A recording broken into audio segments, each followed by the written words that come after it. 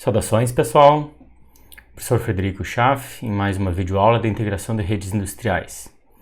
Nessa videoaula vamos ver a continuação do DeviceNet, a segunda parte. Ok? Então vamos lá. Bom, DeviceNet, como eu já havia comentado na última videoaula, tá? É o primeiro protocolo que a gente vai ver então da unidade 2 de dispositivos ou de redes da categoria Device Bus. Vamos lá. Então, a gente viu bastante sobre o CAN então na última videoaula. Tá? Agora vamos ver então as modificações do DeviceNet em cima da especificação do CAN. Tá? Então o DeviceNet utiliza somente a versão 2.0A do CAN, tá? Aquela que utiliza 11 bits de identificadores de mensagens, tá? Não utilizando então a extensão com mais 18 bits, tá? Que é a do 2.0B. Tá? Então 11 bits basta para o DeviceNet. Tá? Além disso, tá? Tem o que eles chamam de modelos de rede, tá? Que são modificações na especificação do CAN. Tá? O CAN já é produtor-consumidor, tá? Que é Publisher-Subscriber, né? E multimestre. Tá? E o DeviceNet faz modificações permitindo que seja utilizado também modos de comunicação mestre-escravo, com token pass, com mudança de estado do dado e pooling. Ok? Vamos lá ver como isso então. Tá? No DeviceNet, as mensagens podem ser de dois tipos. Tá? O primeiro tipo é chamado de entrada e saída.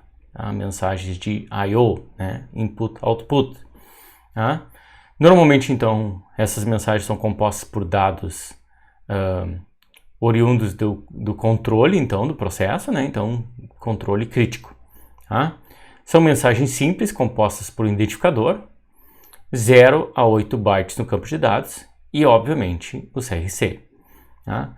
Tanto o receptor quanto o transmissor devem estar configurados anteriormente para se trocarem dados. Tá?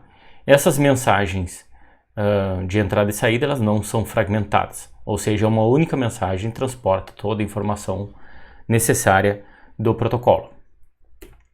Tá? Já a segunda tipo de mensagem permitida no DeviceNet são as mensagens explícitas. Tá? São utilizadas para transportar dados de configuração e diagnóstico, tá? Sempre de um dispositivo para outro, ponto a ponto. Tá? Elas possuem menor prioridade do que as mensagens de dados da aplicação, né? A mensagem de I/O, tá? Constituem uma comunicação do tipo pergunta e resposta, e são geralmente utilizados para realizar a configuração de nodos e o diagnóstico de problemas. O significado de cada mensagem é codificado, obviamente, no campo de dados. Tá? Então, no campo de dados tem a informação sobre o significado da mensagem. E diferente das mensagens de I/O, essas podem ser fragmentadas. O que é essa fragmentação? Eu posso mandar um pedacinho em cada quadro. Tá? Pedacinho da mensagem, um fragmento de cada mensagem, tá? Dentro de múltiplos quadros. Tá? Então, é assim que funciona. No CAN, a gente pode colocar só 8 bytes dentro do quadro de dados. Tá? Então, se tiver mensagens maiores, obviamente que daí eu vou ter que fragmentar, cortar em pedaços. Tá? Que são os fragmentos. Tá? Então, lá nas mensagens explícitas, tá? Na parte de dados do quadro, tá? A gente tem todo o conteúdo da mensagem, se ela não for fragmentada, ou se ela for fragmentada, o primeiro byte, tá? Vai ter o segundo byte vai ter o protocolo de fragmentação. Como eu havia comentado, o primeiro byte, ali, byte 0, como está colocado aqui, tá? Contém o cabeçalho da mensagem, dizendo o que essa mensagem é. Ok? Bom, o DeviceNet utiliza grupos, ou padroniza grupos de identificadores, tá? Para colocar lá no campo de identificação da mensagem CAN. Tá? E aí tem essa figura aí que ilustra um pouco essa ideia dos grupos. Tá? São principalmente 5 grupos, como estão colocados aqui, tá? tá? Grupo de mensagens 1, grupo de mensagens 2, grupo de mensagens 3, grupo de mensagens 4 e os identificadores inválidos. Tá? Então, para o primeiro grupo de mensagens, a estrutura do identificador de 11 bits, tá? É essa que está representada aqui. Tá? O bit mais significativo para o grupo 1 está sempre em 0. Tá? Depois eu tenho o identificador do grupo 1, tá? E composto por 4 bits, e o restante dos 6 bits do identificador vai conter a informação do endereço MAC do dispositivo que está fornecendo aquela mensagem, ou publicando aquela mensagem. Essa é a estrutura do grupo de mensagens 1. Tá? Vocês podem ver que a gente vai ter identificadores da faixa de 0000, 0 praticamente, ou em hexadecimal até 3FF em hexadecimal. O segundo grupo, tá? No primeiro bit, tá? Em vez de 0 vai ter 1, tá? E o segundo bit mais significativo, tá? vai ter o valor 0, sempre. Tá? Depois, outros 6 bits aqui para o identificador de quem está fornecendo essa mensagem, MAC ID, tá? E o identificador do grupo 2, tá? Que é 3 bits aqui para trocar possibilidades de mudanças de identificadores de mensagens dentro do grupo 2. Tá? Isso faz com que a faixa seja de 400 até 5FF em hexadecimal. O grupo 3, tá? Em vez de 0 vai ter 1. Depois a estrutura aqui, 3 bits, tendo o identificador do grupo 3, tá? E o restante dos 6 bits vai ter o Source MAC ID. Ok? Aqui a faixa. O grupo 4, tá? Os primeiros 5 bits aqui vai estar sempre em 1 do identificador de mensagens. Tá? Depois eu vou ter um identificador representante do grupo 4, tá? Outros 6 bits, tá? Com mudanças. Aqui a faixa. E os identificadores inválidos estão nesta faixa aqui, ou seja, identificadores que não é para ser utilizados. Ok? Bom, quais são os modos de comunicação então do DeviceNet? Tá? Nas mensagens de entrada e saída podemos ter 4 modos. Tá? O chamado Polled, tá? É um método de comunicação em que o mestre envia um telegrama a cada um dos escravos da sua lista. Isso é chamado de Scan List. Assim que recebe a solicitação, o escravo responde prontamente à solicitação do mestre. Como é que eu sei se o dispositivo é mestre ou escravo? Obviamente que isso depende da configuração. Tá? Então, como que o dispositivo foi configurado. Tá? O segundo modo aqui é o chamado Bitstroke. Tá? É um método de comunicação onde o mestre envia para a rede uma mensagem, um telegrama, contendo 8 bytes de dados. Cada bit desses 8 bytes representa um escravo, que, se endereçado, responde de acordo com o programado. Tá? Então, eu programo, digamos assim, numa sequência de bits, todos os escravos que vão responder na sequência. Esse é o chamado Bitstroke. Tem o Change of State, tá? É o método de comunicação onde a troca de dados entre mestre e escravo ocorre apenas quando houver mudanças nos valores monitorados e controlados, tá? Até um certo limite de tempo. Quando esse limite de tempo é atingido, a transmissão e recepção ocorrerão mesmo que não tenha havido alterações. Tá? A configuração dessa variável de tempo é realizada no programa de configuração de rede, que é natural. Tá? É mais ou menos como assim. Bom, tem um conjunto de mestres e um conjunto de escravos. Tá? E aí a gente seta lá, para determinada variável de processo, tá? Eu quero que informe só se houver mudança. Tá? Então, se o sensor atingiu um determinado momento, o valor, envia a informação. Se não, me envia só a cada 1 segundo, por exemplo. É bem essa ideia do Change of State. Ok? No quarto modo de comunicação, chamado Cyclic. Tá? O Cyclic. Tá? Outro método de comunicação muito semelhante ao anterior, a única diferença fica por conta da produção e consumo de mensagens. Nesse tipo, toda a troca de dados ocorre em intervalos regulares, períodos do ciclo, né? Independente de terem sido alterados ou não. Tá? Então não tem aquele change of state ali que nem tem, não é porque mudou o dado que eu tenho que mandar uma mensagem, eu tenho que mandar dentro do período. Tá? Este período também é ajustado, obviamente, na configuração do dispositivo. Ok? Vamos lá, seguindo. Bom, tem uma padronização de serviços de transporte no DeviceNet. Então, diferentemente de muitos protocolos, o DeviceNet requer que uma conexão estabelecida com o dispositivo para trocar informações. Ou seja, os dispositivos têm que se conhecer a priori, tá, para trocar dados.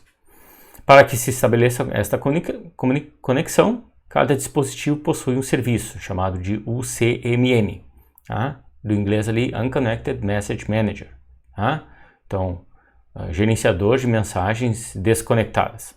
Ou um grupo 2, tá, de mensagens chamadas Unconnected Port. Ambos executam suas funções reservando alguns identificadores do CAN disponíveis para estabelecer uma conexão do tipo Explicit Messaging, mensagem explícita, troca de dados de diagnóstico e configuração, como eu havia comentado. Ok? Bom, toda a configuração do DeviceNet, tá, do dispositivo DeviceNet, requer o que a gente chama de arquivo de configuração. Cada dispositivo tem um arquivo de configuração. Então, todo dispositivo DeviceNet possui um arquivo de configuração associado. No DeviceNet, esse arquivo é chamado de EDS, Electronic Data Sheet. Tá? Este arquivo contém informações importantes sobre o funcionamento do dispositivo e deve ser registrado no software de configuração em rede. Ou seja, a gente tem um software, o software configura todos os dispositivos da rede e a gente configura um dispositivo com base nas configurações do arquivo EDS correspondente àquele dispositivo. Tá? Aqui, por exemplo, tem um perfil, tá, de um dispositivo inversor de frequência, um AC Drive. Tá? Então, tem uma parte lá do Electronic Datasheet, tá, que é responsável então pela publicação das especificações, tá? Então, funcionalidades do dispositivo. Tá? E aí que a gente tem 3 inversores de frequência de fabricantes diferentes. E aqui vocês veem as funcionalidades, né? Da AB, Mitsubishi e Magnatec. Tá? A AB colocou as especificações do dispositivo, seguintes parâmetros: Start, Stop, Forward, Reverse, Acceleration, Deceleration, né? Mitsubishi colocou Start, Stop, Forward, Reverse, Acceleration, Deceleration. Magnatec também. Tá? Então isso aqui quer dizer que é meio que obrigatório ter esses parâmetros. Já específico de cada dispositivo de cada fabricante, tá? A AB colocou, por exemplo, unidade de engenharia, cálculo de potência no arquivo EDS. Já a Mitsubishi colocou linguagem estrangeira e cálculo de temperatura. A Magnatec não colocou nada extra no arquivo EDS. Ok? Só para vocês terem uma ideia que cada fabricante daí escolhe, tá? Entre os mandatários, informações mandatárias, obrigatórias, tá? E as informações opcionais dentro do arquivo EDS. Ok? Aqui eu vou mostrar 2 exemplos de arquivo de configuração EDS para vocês. Um de um sensor fotoelétrico, tá? E outro de um inversor de frequência. Tá? Vamos lá. Então aqui eu estou mostrando o arquivo EDS então, do Photoelectric Sensor. Tá? Vou aumentar um pouco aqui para ficar fácil de vocês verem. Vocês podem ver que é um arquivo texto. Tá? Ele tem informações do arquivo aqui, então descrição de texto do arquivo. Tá? Então vocês podem ver aqui quando foi criado, né? Tá? O número da revisão, tá? O código do fabricante, tipo de produto, código do produto, revisões, né? Quem é o fabricante do dispositivo, você pode ver aqui, Allen Bradley, tá? E o nome do produto, tá? Então, Series 9000 Transmitted Beam Receiver, tá? E o número do catálogo. E aqui as informações, tá? Referentes a I/O, vocês podem ver, tá? Funcionalidade de mensagens, por exemplo, está colocado aqui como Strobe Only, tá? Entradas, tá? Informações aqui, ó, dos bytes de informação do dispositivo, tá? Vocês podem ver aqui, né? Então, o primeiro byte, tá, vai conter valor 1, tá? Segundo byte, valor 2 e assim por diante. Tá? Informações aqui sobre o funcionamento do dispositivo. Não é muito longo, né? Vocês podem ver aqui, tem os parâmetros específicos do dispositivo, tá? E aqui os parâmetros de entrada e saída, tá? Que é bastante comum, ok? Esse é o arquivo do Photoelectric Sensor. Vamos ver aqui do AC Drive, então, é o Altivar 312, né? Então, vocês podem ver aqui, tá? Desenvolvido pela Schneider Electric, tá? Aqui o código do produto, né? Ele vem até com ícone, né? Coisas que foi adicionado pelo fabricante, tá? Informações de I/O, vocês podem ver aqui, né? Funcionalidades de I/O também, né? Vocês podem ver informações aqui de entrada e saída. E os parâmetros específicos aqui do dispositivo. Um pouco mais completo esse arquivo EDS, tá? Bem maior, ó, vocês podem ver, né? Porque geralmente um inversor de frequência possui mais parâmetros para a gente configurar, tá? E isso pode ser configurado pela rede DeviceNet e pelo configurador, obviamente, da rede DeviceNet, certo? Vamos lá, seguindo.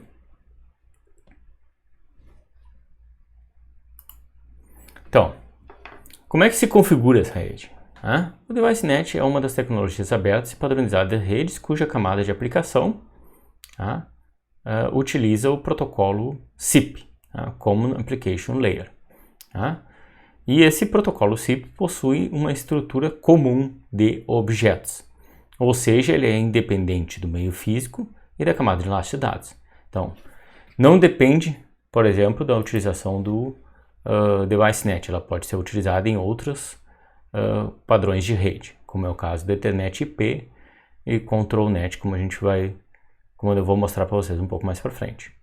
Tá? Essa camada de aplicação padronizada, aliada a interfaces de hardware e software abertas, constitui uma plataforma de conexão universal entre componentes em um sistema de automação, desde o chão de fábrica até o nível de internet. É isso que o flyer lá da DeviceNet promete. Ok? Seguindo. Então, aqui a estrutura e a visão geral do SIP. Vocês podem ver, né? Aqui está a parte de gerenciamento do SIP. Ok? Vocês podem ver aqui, né? Informações dos serviços de mensagem, biblioteca de objetos, biblioteca de específica de segurança, né? Camada de segurança aqui, né? Então, vocês podem ver então para o DeviceNet, ControlNet e Ethernet IP. Ok? Então, como é que é esse modelo de objetos?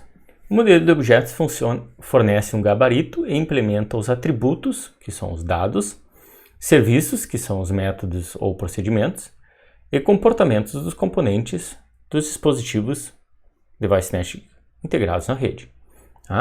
O modelo prevê um endereçamento de cada atributo consistindo de 4 números. O endereço do nodo, que é chamado de MAC ID no DeviceNet, o identificador da classe do objeto, a instância e o número do atributo. Esses 4 componentes de endereço são usados com uma mensagem explícita, então de mensagem para diagnóstico ou configuração, para mover dados de um lugar para outro numa rede DeviceNet. O SIP contém uma coleção de objetos definidos. Essa coleção pode ser dividida em 3 famílias ou categorias.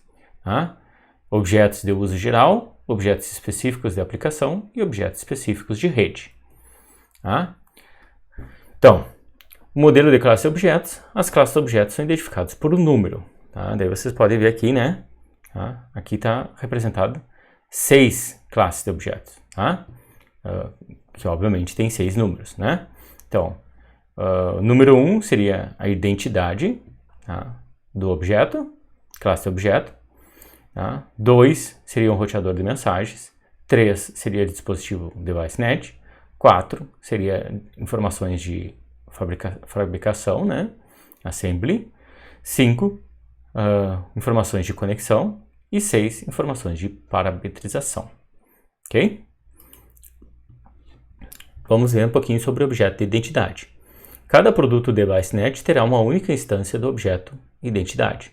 Tá? Os atributos desse objeto são, e aqui estão colocados, então, identificador do fabricante, tipo do dispositivo, código do produto, número de revisão, status, número de serial, nome do produto e o status.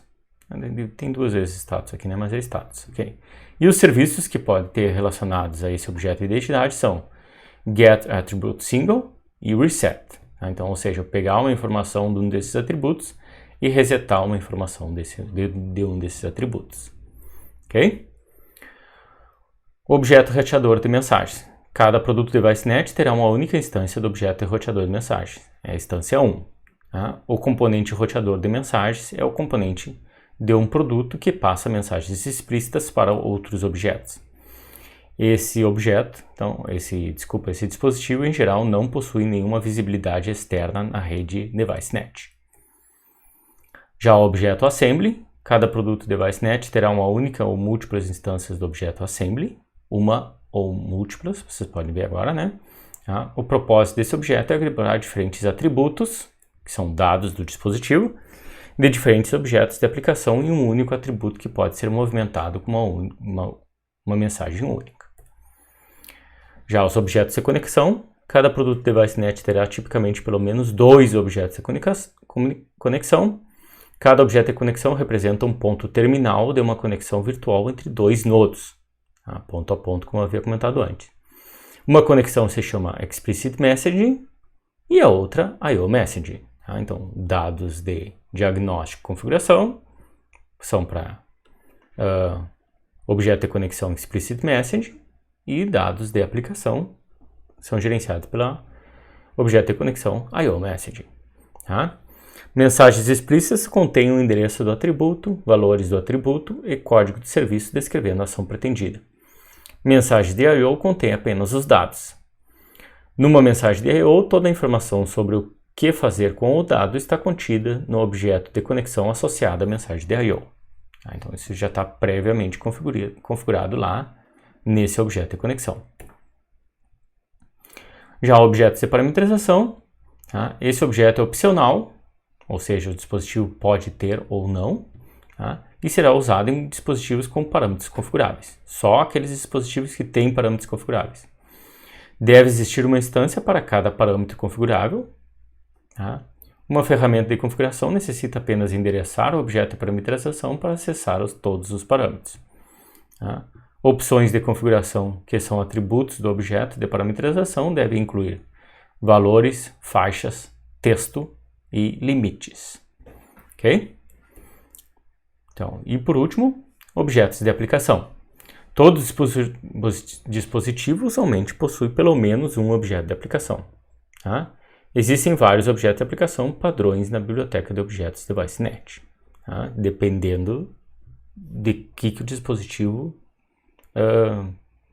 tem capacidade de desenvolver, né? Então, se é um sensor fotoelétrico, que eu não mostrei ali, um objeto de aplicação relativa a uma informação do sensor fotoelétrico. E assim por diante. Ok? Bom, o DeviceNet pode ser utilizado em diversos softwares de configuração, tá? Aqui eu estou mostrando um, tá? Que é o CodeSys. Tá? Ele permite a configuração de uma rede DeviceNet e a configuração de cada dispositivo dessa rede. Tá? Aqui um outro software, o Exit Analyzer, tá? Vendido então com um módulo para interfaceamento com barramento CAN, né, que está colocado ali. Okay? Também tem o software da Allen Bradley, que são o RS Logix e o RS Networks. Tá? Aqui uma captura desse software. Tá? E para não deixar tão abstrato assim o funcionamento desses configuradores de rede, tá? Eu peguei um videozinho do YouTube que mostra a configuração numa rede ou de um dispositivo DeviceNet utilizando o RS Logix 5000. Tá?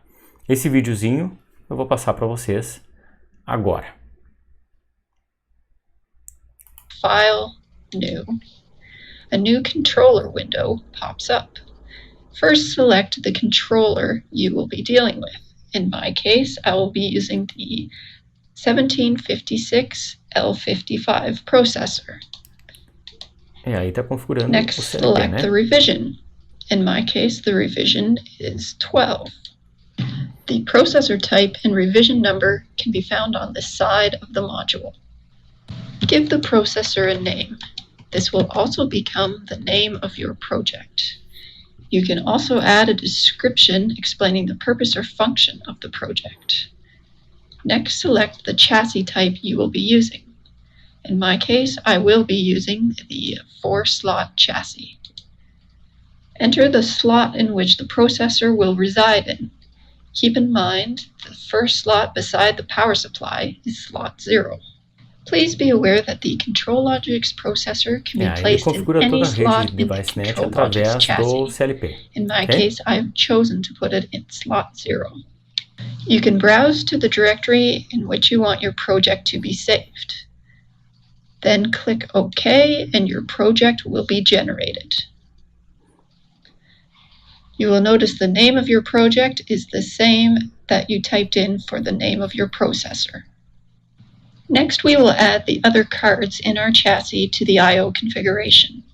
In slot 1, I will be using an Ethernet card to communicate between my computer and the processor. In slot 2 will be the DeviceNet scanner. Slot 3 is not being used. Keep in mind these cards can be placed in any slot in a ControlLogix chassis. Configuração da comunicação, tá? Entre o computador, que eu tenho software de configuração, e o CLP se dá através de um cartão de comunicação aqui, Ethernet IP, que nem ela falou.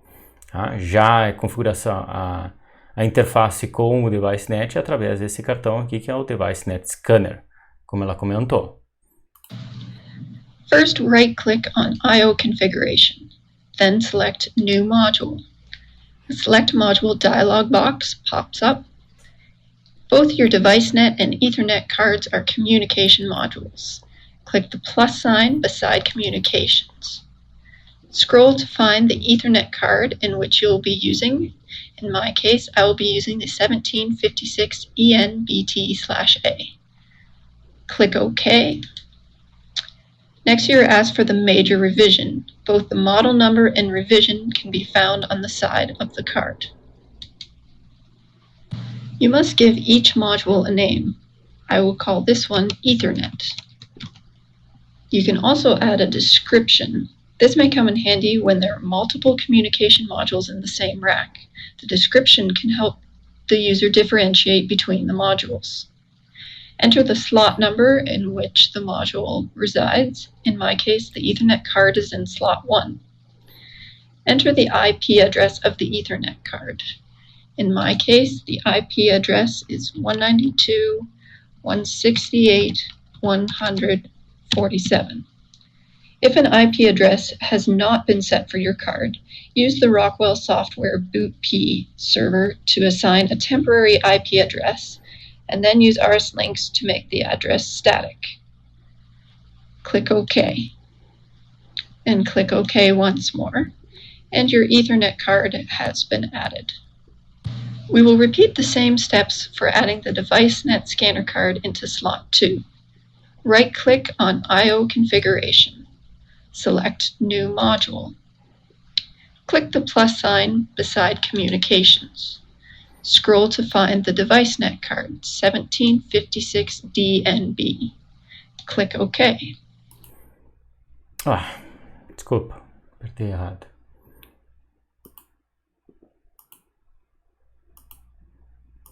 Desculpa, pessoal, acabei errado. Bom, eu queria comentar que agora ela estava fazendo a configuração do cartão DeviceNet, né, que é o mais importante. Select New Module.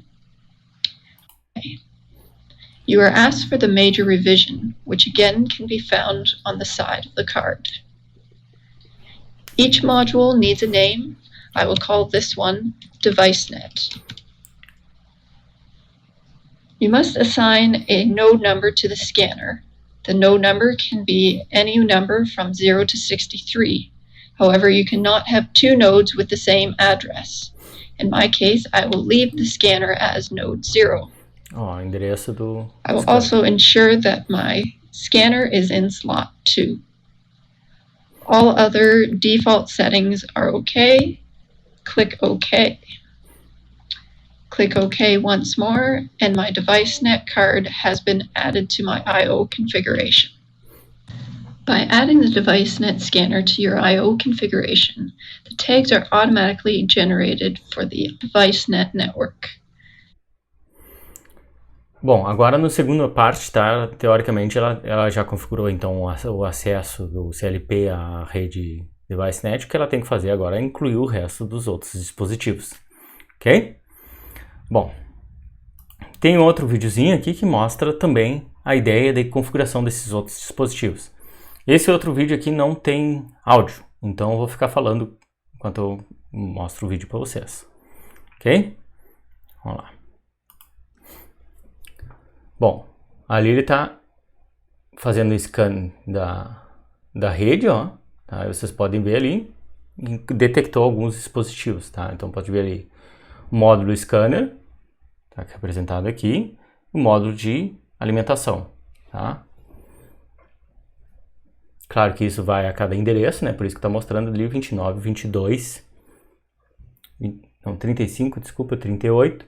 Tá? Ele vai perguntando por todos os endereços para ver se algum dispositivo está nesse endereço, né? Teoricamente ele chega lá perto de 63 e daí para.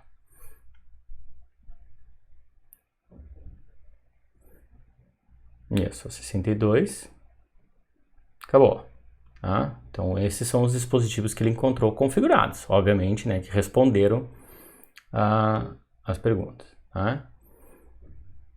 Ele vê a configuração ali do scanner. Vai fazer o update dessa configuração.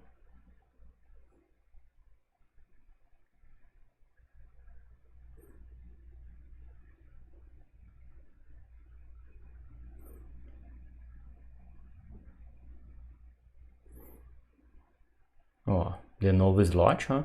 No caso ali slot 6, então ele mudou.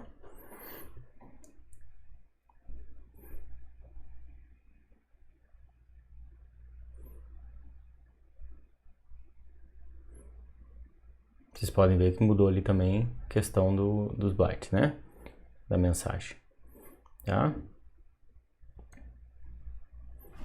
Eu acho que era isso, tá? Nesse videozinho. Aí tem no outro videozinho, tem a segunda parte. Vamos lá.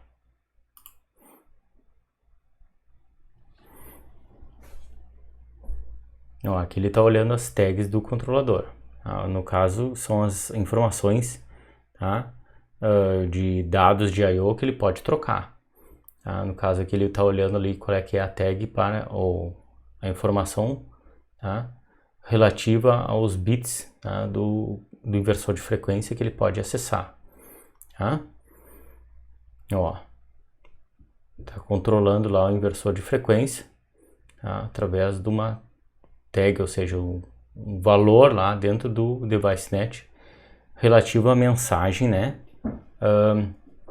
De I/O, né? Vocês podem ver ali que ele faz mostrando ali, né, que funciona, né? No caso ali é local 60 data, né? Vocês podem ver ali, né? Ele colocou em 1, tá? Em 1 ligou. Ligou e aí no valor que ele tinha setado, tá? É bem simplesinho, né? Agora eu vou colocar em 0, ó. Só para mostrar que desligou.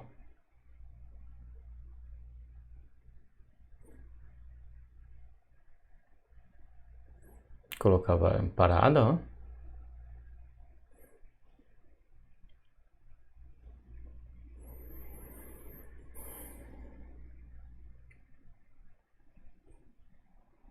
Ó. O valor de parada do variador, né? Bom, ali eu acho que terminou o videozinho, mas ele para. Daí o inversor de frequência faz o motor parar, né? Bem simplesinho. Tá? Tá repetindo o vídeo? Desculpa, acho que tá repetindo o mesmo vídeo que eu tinha postado antes. Então, no DeviceNet, esses objetos, tá? Ou modelos de objetos, estão presentes em toda a configuração. Tá? Vocês podem ver aqui os objetos que eu comentei, né? O objeto de conexão, objeto de assembly, objeto de aplicação, objeto de parâmetro, objeto de identidade, message router e dentro do de conexão, de I/O e o explicit messaging, né? Aí vocês podem ver aqui que tem uma separação, né? De volume 1 e volume 2 e de objetos de aplicação e objetos de comunicação. Tá? É através dessas ideias de objetos aqui que toda a configuração do DeviceNet é feita. É bem complexo, tá? E apesar de aparecer nas documentações do DeviceNet que o padrão é todo aberto, tá? Ele é todo aberto nas camadas inferiores, então aquela que tem o CAN, né? O SIP em si é um padrão fechado, tá? Você encontra pouca informação sobre o funcionamento do SIP, ok? Bom, como é que pode ser feito, tá, o diagnóstico de cada equipamento da rede DeviceNet separado, tá? E o transporte dos dados é eficiente, tá? E pode ser utilizado para controle discreto e analógico, DeviceNet. É feita automaticamente a detecção de endereço duplicado, tá? E existe um mecanismo de comunicação extremamente robusto a interferências eletromagnéticas, que é o baseado no CAN. Tá? Bom, eu vou deixar o material adicional alternativo, tá? Então tem uma videoaula sobre DeviceNet da RealParse, tá? Um vídeo bem interessante, vou deixar aqui na descrição dessa videoaula. Tá? Tem um experimento também do Senai, tá? De Campinas, tá? Que mostra a configuração do DeviceNet, tá? Com o uso de um CLP e o inversor. Tá? E tem um material sobre o SIP também, que eu vou deixar disponível tanto aqui na descrição do vídeo, quanto no link do Moodle. Um link no Moodle, ok? Sugiro vocês verem pelo menos esse vídeo da RealParse, tá? Que fala bastante, aborda de um outro jeito com animações, tá? Então, geralmente o pessoal gosta, tá? O tema do DeviceNet e faz uma recapitulação também do que eu acabei comentando na minha videoaula. Tá? Então vocês veem de uma outra maneira o que eu apresentei aqui. Certo, pessoal? Bom, sobre DeviceNet é isso, tá? É um assunto bastante complicado. Tá? O que é interessante você saber é o básico, tá? Então, esses modelos de conexão realmente é bastante difícil de entender. Tá?